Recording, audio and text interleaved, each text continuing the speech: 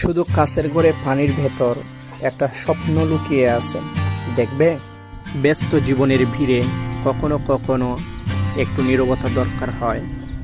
এই কাছের ঘরটা যেন আমার সেই শান্তির জগৎ।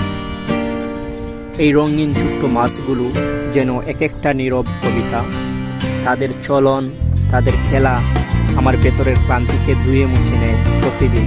এই অ্যাকোয়ারিয়াম শুধু একটা শোপিস নয়, এটা একটা বেঁচে থাকার জগৎ, যেখানে শব্দ নেই তবুও জীবন থেমে নেই।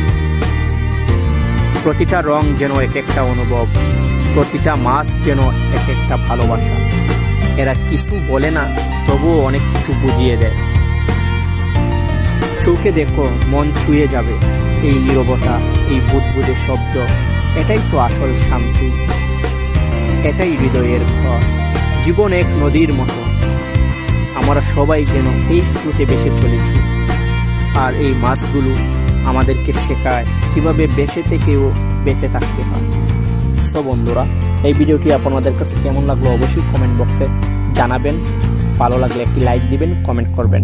ধন্যবাদ সবাইকে।